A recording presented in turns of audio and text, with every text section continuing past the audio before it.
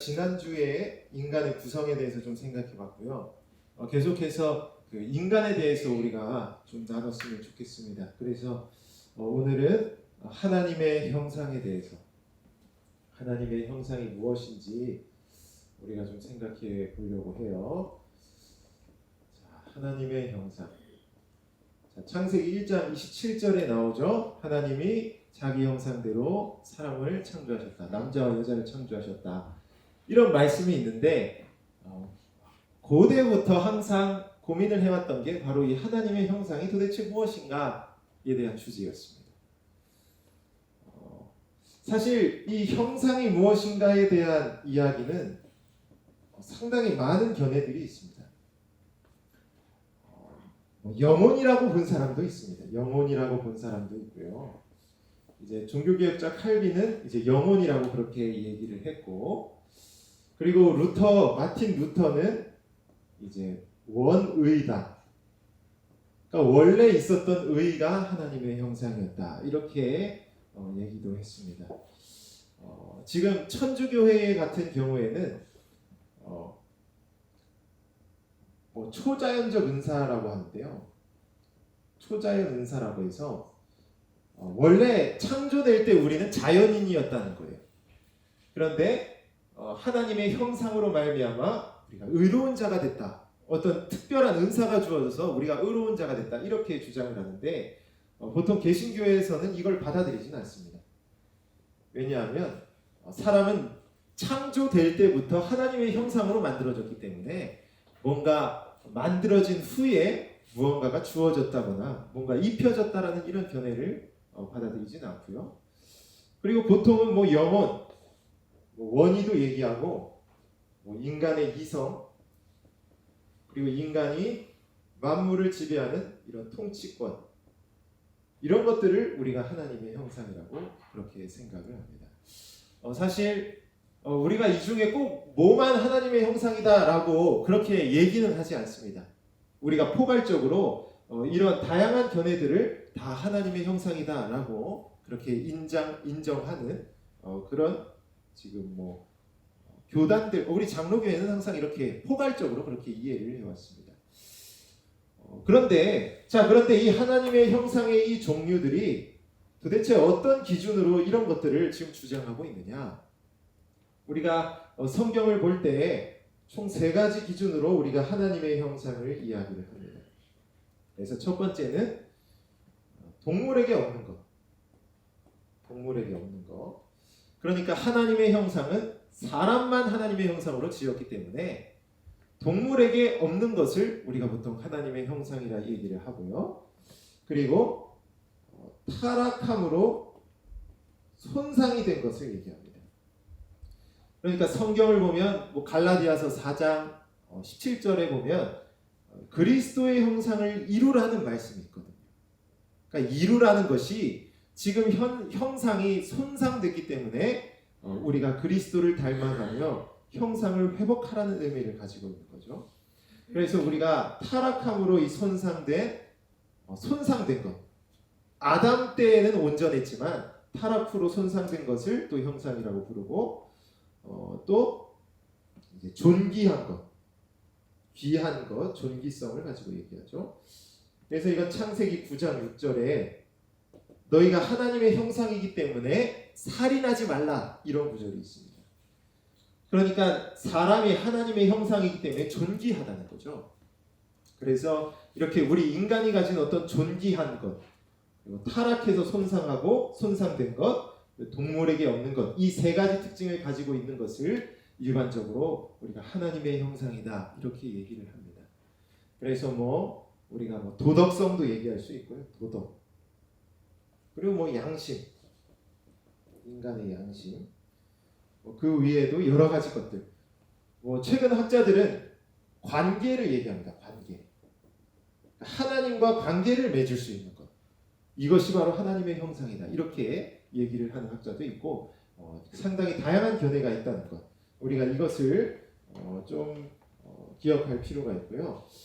제가 오늘 하나님의 형상에 대해서 좀 강조하고 싶은 건 아브람 카이퍼라는 이제 학자가 이제 설명한 하나님의 형상인데요. 자, 하나님의 형상이라고 할 때 형상이라는 단어의 영어가 뭐냐면 그러니까 원어로 보면은 이제 이게 이미지라는 뜻입니다. 이미지, 그림, 사진 이런 뜻을 가지고 있는 거죠. 그래서 사람이 하나님의 형상이라고 할 때는 사람이 하나님의 사진이라는 겁니다. 우리가 이런 형태로 우리가 이 하나님의 형상을 이해하면 사실 재미있는 어떤 내용들을 우리가 알 수가 있는 거예요. 그러니까 우리가 세상을 살아갈 때 우리라는 존재는 하나님을 보여주는 하나의 사진이라는 겁니다. 그래서 하나님께서 계시면 우리의 삶이 하나님을 비추는 삶이 돼야 한다는 거죠. 이게 지금 네덜란드 교회들은 하나님의 형상을 대부분 이렇게 이해를 하고 있습니다. 그러니까 거울이라는 거죠. 거울. 그래서 우리는 언제나 삶 속에서 하나님이 어떤 분이신지를 세상 속에 비추는 삶을 살아야 한다는 거예요. 그래서 그런 것들이 어떤 삶이냐? 예배하는 삶이 될 수도 있고 의로운 삶, 도덕적인 삶 이렇게 여러 가지 하나님의 말씀에 우리에게 명하신 그 계명들을 우리가 순종하는 그러한 삶을 통해 하나님이 어떤 분이시고 또 하나님이 우리와 어떤 관계에 있는지를 드러내는 그러한 삶을 우리가 하나님의 형상이라 할 수가 있는 겁니다. 그래서 우리가 성경을 읽다 보면 사실 창세기부터 항상 읽게 되는데 창세기부터 읽다 보면 이 하나님의 형상이라는 단어가 나올 때 아이들도 그렇고 어른들도 많이 어려워하는 그런 내용이긴 합니다. 그런데 여러분들이 꼭 이걸 답이 있다고 그렇게 생각하실 필요는 없습니다. 뭔가 특별한 답이 있다기보다는 말 그대로 우리가 하나님의 사진이다. 하나님이 자기의 모습대로 사진처럼 우리를 창조하셨기 때문에 우리는 하나님의 사진으로서 하나님의 영광을 가리지 않도록 영광을 드러내는 삶을 사는 것. 그것이 바로 하나님의 형상으로서의 우리의 올바른 삶이라고 얘기할 수 있습니다. 자, 그래서 하나님의 형상. 자, 아담의 타락으로 이 하나님의 형상은 지금 손상됐단 말이에요. 그런데 신약에서 완전한 하나님의 형상으로 오신 분이 계시죠. 그분이 바로 예수님이라는 거죠. 그래서 우리가 하나님의 형상대로 사는 삶이라는 것은 결국 예수님을 닮는 삶이라고도 얘기할 수가 있습니다. 그래서 하나님의 형상이 뭐냐? 어렵게 얘기할 필요 없이 그냥 예수님이 하나님의 형상이다. 그리고 우리도 하나님의 형상이기 때문에 우리는 예수님을 닮아가는 삶을 살아야 한다. 이렇게 여러분들이 생각하시면 되겠습니다. 하나님의 형상에 대해서는 그렇게 어렵게 우리가 접근할 필요는 없다고 그렇게 생각이 되고요. 추가로 제가 한 가지를 더 말씀을 드리면 우리 장로교회에서 하나님의 형상 중에 우리가 인격을 가지고도 하나님의 형상이라고 얘기를 합니다. 인격이라는 게 상당히 중요한 부분입니다. 우리가 인간에 대해서 연구를 할 때 인격에 대해서 항상 얘기를 하는데요. 인격의 요소를 우리는 총 3가지로 얘기를 합니다. 그래서 뭘로 얘기를 하냐면 지성, 감정, 의지, 지정의 이렇게 부르죠. 여러분들이 들어보신 적 있을 겁니다. 이게 철학에서도 그렇고 교회 역사에서도 그렇고 언제나 인격이 무엇이냐라고 얘기할 때는 항상 지정의를 항상 얘기해 왔습니다. 그래서 이걸 가지고도 옛날에는 이제 고대에는 이걸 항상 하나님의 형상으로 얘기를 해왔는데요. 자, 동물에게 이게 있을까요? 지정의가 동물에게? 오늘날 현대 이제 과학자들은 이제 있다고 얘기를 합니다. 그래서 동물에게도 지성이 있고 감정이 있고 의지가 있다. 특히 동물은 감정은 인간보다 더 높다. 이런 식으로까지 얘기를 해요. 그런데 이제 전통적으로는 동물에게 지정의는 없다고 봤습니다. 전통적으로는 없다고 봤고, 굳이 오늘날 뭐 과학자들의 그런 의견을 우리가 뭐 무시할 필요는 없는데 있다고 볼 수는 있겠지만 그러나 사람과는 명확히 다르다라고 우리가 정확히 선을 그어야 된다는 걸 우리가 좀 기억할 필요가 있습니다. 그래서 이 지정의라는 것은 사실 우리의 뇌에서 일어나는 활동이기도 하지만 인간의 영혼에서 또한 활동하는 어떤 요소라고 할 수가 있거든요. 그런데 우리가 전통적으로 동물에게는 영이 없다고 보기 때문에 동물이 어떤 그 생물학적인 지정의는 가지고 있을지 몰라도 영혼의 기능으로서의 지정의는 없다고 보는 게 맞고요. 그리고 하나님께 이게 있을까요? 지정의가? 주성이 하나님께 있을까요? 이게 무슨 말인지 모르죠 이거. 자, 지성이라는 건 지식으로 하는 걸 말합니다. 지식. 감정은 말 그대로 감정이고 의지라는 것은 어떤 결단을 내릴 수 있는 결단이나 선택을 할 수 있는 기능을 지정이라고 하는데요. 하나님에게 있다고 우리는 봅니다. 하나님에게도 있다고 얘기를 하는데 하나님의 지식, 당연히 온전한 지성을 하나님이 가지고 계시고요. 그리고 흔히 착각하는 게 하나님은 감정이 없다고 생각하는 분들이 많아요. 하나님 감정이 있습니다. 그러나 당하는 감정은 없다고 얘기해요. 당하는 감정. 이게 무슨 말이냐면 예를 들어서 제가 뭐 만약입니다. 진짜 만약에 제가 주성이를 막 때렸어요. 그래서 때려서 주성이가 울었어요. 자, 그럼 주성이는 내가 울고 싶어서 운 게 아니라 내가 때렸기 때문에 수동적으로 당해서 어쩔 수 없이 그 슬픔이라는 감정이 나왔다는 거예요. 그러나 하나님은 이렇게 당하는 감정은 없다는 거죠. 그러니까 우리가 막 하나님을 막 협박해서 하나님이 공포에 질린다든지 혹은 뭐 하나님이 막 눈물을 흘린다든지 우리 때문에 이렇게 당하는 감정이 없이 하나님은 능동적인 감정을 가지고 있다는 겁니다. 하나님의 의지에 맞게 하나님이 능동적으로 기뻐하시고 또 능동적으로 우리를 보며 또한 애통하시기도 하고 이러한 감정이 있다는 것. 그러니까 연약함으로 일어나는 감정은 없다. 그렇게 얘기를 하고 또 하나님에게 의지가 있다는 것. 하나님도 어떤 결단을 내리신다는 것. 우리가 이 세 가지를 하나님께 있다고 봅니다. 그러니까 하나님께 있으니까 우리에게도 있다고 얘기하는 거죠. 하나님의 형상으로서 우리에게 있다. 이렇게 얘기가 되는 겁니다. 그리고 뭐 추가적으로 그래요. 뭐 여기까지 얘기할 필요는 없고요. 자, 지정의에 대해서 제가 얘기를 했는데 오늘날 현대인들은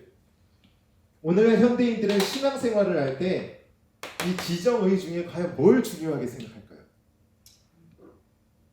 오늘날 21세기는 감정이 제일 중요합니다. 여러분들도 그런 걸 살면서 느끼실 수 있을 거예요. 사실 지성을 강조하는 우리가 인격적인 신앙이라고 했을 때 우리의 신앙은 사실 지정의를 모두 활용하는 신앙이거든요. 그런데 과거 중세에는 이 지성만을 엄청나게 강조한 시기도 있었고요. 그리고 뭐 옛날에 뭐 신비주의 그리고 오늘날 현대 오순절 계통의 신앙이 사실은 이 감정을 상당히 강조를 많이 합니다. 오늘날 사실 현대인들 자체가 감정을 되게 중요시합니다. 뭘 하든지. 그래서 사실 우리 한국 교회는 이미 현대라는 그런 토양 위에 교회를 세웠기 때문에 우리 한국 교회도 사실은 감정을 되게 중요시하는 경향이 있죠. 그래서 사실 우리가 이런 것들을 잘 분별을 하고 무엇보다 우리의 신앙은 이 지성과 감정과 의지를 모두 활용하는 신앙이라는 것을 우리가 좀 생각을 해야 합니다. 여러분 예를 들면 오늘날 우리가 신앙생활을 할 때 성경을 읽는 것은 지성으로 하는 거라고 생각을 합니다. 그리고 기도와 찬송은 감정으로 하는 경향이 있죠. 그래서 성경을 읽을 때는 그냥 무조건 어떤 연구를 하고 공부를 한다는 생각으로 성경을 읽고 기도할 때는 뭔가 뜨거워야 된다. 찬송도 열정 있게 불러야 된다라는 이런 감정적 요소가 대단히 강조가 됩니다. 그런데 원래 전통적으로 우리 개혁주의 노선에서는 성경을 읽을 때 지성뿐 아니라 감정도 활용할 것을 우리에게 요구하고 있고, 또 기도와 찬송도 감정뿐만 아니라 지성도 함께 활용해서 우리가 신앙생활을 할 것을 언제나 가르치고 있습니다. 오늘날 사실 우리가 기도와 찬송을 할 때 감정을 되게 강조한다는 사실을 알 수 있는 부분은 특히 우리 한국교회 같은 경우에 이제 통성기도 문화가 있잖아요. 우리 통성기도 문화의 특징을 보면 말이 대단히 빠릅니다. 말이 빠르고 음악을 틀어놓고 기도를 합니다. 제가 이제 신대원에서 제가 경험한 일이지만, 우리 천안에 이제 신학대학원에는 지하에 기도실이 있습니다. 골방 기도실이 있어서 제가 가끔씩 거기를 내려가는데요. 이제 거기 내려가면 가면 꼭 한두 명씩 학생들이 기도를 하고 있어요. 근데 이제 기도를 할 때 보면 어떻게 기도를 하냐면 이제 핸드폰으로 음악을 틀어놓고 기도를 합니다. 그런데 이제 저는 그때 사실 이거에 대해서 좀 생각하게 되더라고요. 왜 우리는 기도할 때 음악을 틀어놓고 기도를 꼭 해야 할까? 참 특이한 거죠. 그러니까 골방 기도실이라는 것은 사실 그 골방에서 조용히 하나님과 대화하면서 그렇게 기도할 수도 있을 텐데, 왜 음악을 틀어놓고 왜 그렇게 말을 빨리 하면서 기도를 할까? 근데 사실 이렇게 기도하는 문화 자체가 감정을 강조하는 우리의 기도 문화 때문에서 비롯이 된 겁니다. 그러니까 내가 기도를 할 때 무슨 말로 하나님께 기도하느냐에는 별로 관심이 없습니다. 하나님이 기뻐하실 만한 말로 내가 하나님께 기도를 올려드려야겠다라는 생각보다 나의 뜨거운 감정, 나의 뜨거운 아주 열정 있는 목소리와 그리고 어떤 모션을 통하여서 기도를 하고 찬송을 하는 이러한 감정이 상당히 강조가 되어 있다는 거죠. 그래서 우리가 물론 감정을 무시하라는 말은 아니고요. 우리의 신앙이 감정과 지성, 이 세 가지가 다 조화를 이룬 상태에서 우리가 신앙생활을 균형 있게 해야 된다는 것을 우리가 좀 기억해야 합니다. 왜냐하면 우리의 신앙이라는 것은 애초에 성경을 기준으로 하는 신앙이기 때문이에요. 그래서 우리가 성경이 가르치는 그 지성에 충실한 신앙을 해야 되고, 또한 그 지성에서 나오는 또한 우리의 감정을 무시해서도 안 되고, 그리고 이 지성과 감정을 통해 형성되는 우리의 의지적 신앙에 대해서도 우리가 균형 있게 다 생각을 해야 한다는 거죠. 의지에 대해서 학자들은 이 의지를 통해서 우리가 하비투스라는 습관이 형성된다고 얘기를 합니다. 습관. 여러분, 우리의 신앙은 습관적인 신앙입니다. 물론 이 습관이라는 게 지성과 감정을 무시해버리는 완전히 형식적인 신앙이 되는 거죠. 그러니까 교회에 왔는데 그냥 아무 생각도 없는 거예요. 지성도 쓰지 않고 그리고 감정도 없어요. 그냥 앉아서 일요일 되면 그냥 교회 나왔다 집에 가고, 이러한 형식적인 신앙이 되어서는 안 되지만, 그러나 우리의 신앙은 분명히 습관적인 요소가 있다는 거죠. 그러니까 우리는 매 주일마다 정해진 시간에 일어나서 준비해서 교회에 나와서 설교를 집중해서 들음으로 지성을 쓰고, 또한 설교에서 이제 얻을 수 있는 그런 감동을 통해 우리의 감성도 사용하는, 그래서 이렇게 지정의를 다 사용하는 게 사실 우리의 신앙이라는 거죠. 그래서 오늘날 비대면 예배에 대해서 우리가 얘기를 할 때, 사실 비대면 예배가 왜 문제가 있느냐? 왜냐하면 우리의 신앙이 그냥 지성만 전달하는 신앙이라면 문제가 없어요. 온라인으로 그냥 강의를 듣는 것처럼 그냥 공부하는 신앙생활이면, 그러면은 그냥 집에 앉아서 그 스마트폰 들고 신앙생활해도 된다는 거예요. 그런데 그게 아니라 우리의 신앙은 지정의를 다 활용하는. 여러분, 우리가 주일날 아침에, 물론 우리가 11시에 예배가 있지만 8시에 예배하기도 하고 일부 예배를 드린다고 하면 아침에 일찍 일어나야 될 거 아니에요. 시간 맞춰서 일찍 일어나고, 또 일어나서 어떤 옷 입을지, 옷도 준비된 옷을 입고, 그리고 또 교회에 차를 타고 올지, 이러한 과정들이 실은 다 우리의 의지적 결단으로 일어나는 일이란 말이에요. 그런 모든 것들이 사실은 다 신앙생활의 한 요소가 된다는 겁니다. 우리가 이렇게 이 자리에 앉아서 우리가 예배를 할 때도 마찬가지예요. 여러분, 영상으로 보는 사람들은 아무런 긴장감이 없습니다. 막말로 제가 유튜브로 어떤 목사님 설교를 듣는데 그냥 팬티에 러닝복 입고 볼 수 있는 거예요. 그냥 앉아서. 그런데 우리는 여기 앉아 있을 때 그렇게 나오지 않잖아요. 우리는 여기 앉아서 다 준비된 상태에서 어느 정도의 긴장감을 가지고 우리는 예배를 다 드리고 있는 겁니다. 그러니까 이런 모든 것들이 실은 우리가 모든 인격적인 요소를 활용하는 우리의 신앙이기 때문에 우리가 단순히 영상으로만 하나님을 예배한다라는 것은 상당히 인격적이라는 요소에 있어서는 상당히 부적합한 예배라고 말할 수 있는 거죠. 그래서 제일 사실 우려가 되는 게 우리가 자꾸 영상으로 예배를 드릴 때 이 습관이 형성되는 문제가 위험한 겁니다. 그러니까 영상으로만 예배하는 습관이 형성돼서 나와서 예배하는 습관을 우리가 잃어버리는 그런 위험한 사태가 일어날 수 있다는 거죠. 그래서 이런 부분에 대해서 우리가 생각을 하고, 무엇보다 우리 인간이라는 것은 그렇게 단순하지 않습니다. 여러분들이 더 잘 아시겠지만 우리 인간이라는 것은 아주 복합적이고, 그리고 우리의 신앙이라는 것도 아주 복합적이고 포괄적인 전인격적인 우리의 신앙이 전인격적인 것이 바로 우리의 신앙이라는 겁니다. 그래서 우리가 단순히 교회에 와서 하나님을 믿는 게 무언가를 그냥 배우는, 지식을 배우는 그런 단순한 일도 아니고, 그냥 그냥 내 기분 좋게 하기 위해서만 다니는 교회도 아니고, 우리의 신앙은 우리 인간의 모든 것을 활용해서 우리는 하나님을 믿고 있기 때문에 우리가 이런 것들을 잘 생각해서 오늘날 이 시대의 분위기들을 우리가 잘 분별하고 우리가 올바른 신앙생활을 위해 더욱 힘쓰는 그런 신자가 될 필요가 있다는 겁니다.